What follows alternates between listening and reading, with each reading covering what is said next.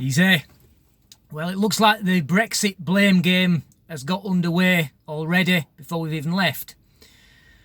And I'm going to give a bit of my opinions today on who I believe is to blame for the way things have gone over the past 3 years.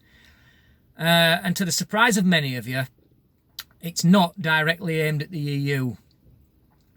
But who it is directly aimed at is the moles within.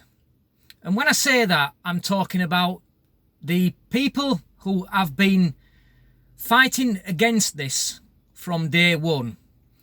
And I speak specifically about Tony Blair. And we all know that other people that have been hanging with him, like Nick Clegg and Andrew Adonis and Philip Hammond. And we know that what they've been doing over the past 3 years is they've been toddling off over to Brussels. They've been having their own negotiations with the negotiating team. And they've been coaching them on how to make it difficult for us to leave. The Irish border issue has been dreamt up by this team of people. And they've been coaching the EU on how to use it as a weapon. And I'm just going to speak a little about the Irish border now, because they keep saying that the Irish border problem, and then you get Brexiteers that say, oh, well, it's not a problem. Well, actually, yes, it is a problem, but it's like any problem. Any problem can be solved. All it takes is the right minds, people coming together, pulling in the same direction, and there is no problem that is insurmountable if you get that kind of cooperation. But what you have there is you have people like Blair, where the problem being there suits them better than finding a solution to the problem. So you will never get a solution to a problem if you don't want to solve it. It's as simple as that. It takes the determination and the cooperation in order to solve complex issues. But when you've got a group of people there that as soon as you get a bit of trouble, they sit back down and they go, I can't do it, then you'll never fix it. And that's exactly what you have with Blair. They don't want a solution to the problem being there suits their needs and their vested interest better. So the only way that I blame the EU is actually engaging with Blair and his little team of people, because what they should have been doing right from day one is saying, well, we're only going to talk with the UK government and the negotiating team. Nobody else is welcome. It's nobody else's business. That's what they should have been saying. But of course, the EU want to stop us leaving, and they've been all too happy to engage in these negotiations with Blair. So that's squarely where I lay the blame. You cannot have a successful negotiating team if you have got those plants within who are secretly fighting for the opponents like traitors that they are. It just simply won't work, and that is why we're in this position. And as of these traitor MPs, such as Dominic Grieve, Anna Soubry, Sarah Wollaston and the like, I have a little bit of something to say about them as well, because what stopped them from taking these rather radical moves that they've been doing over the last few months is one thing, is that they have feared the electorate. Right? Now, any MP and every MP should fear the electorate.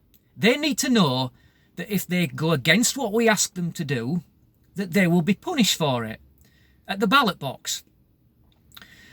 And what you're seeing now with these people is that it's because Boris now has taken a more tough line and he's no longer fighting with them. They've been forced into making these radical changes in the way that they approach, like going after the legal system and things like that.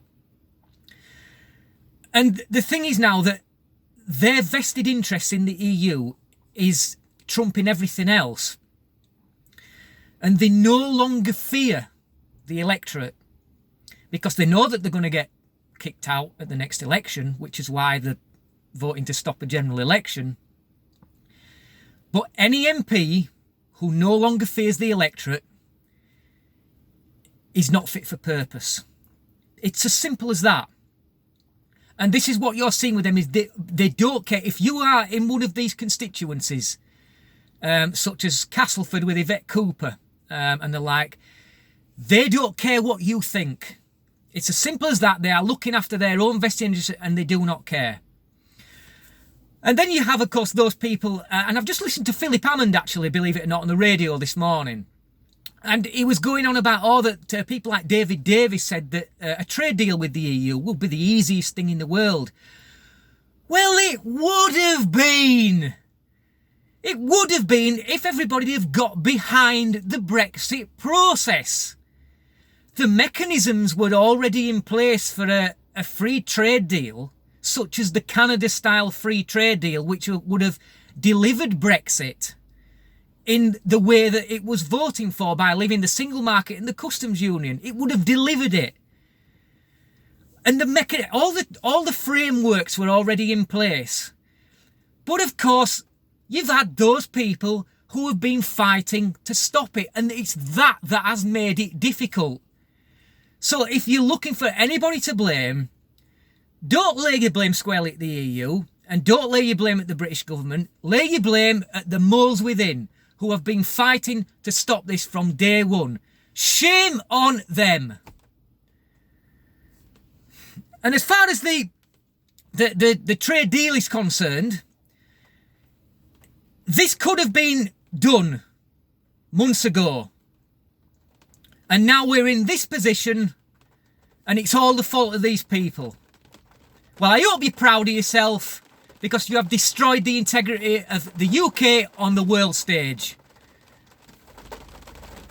Thanks for watching, and make sure you punish your MP at the ballot box if they don't fight for what you tell them to fight for. Thanks for watching. Until next time, easy.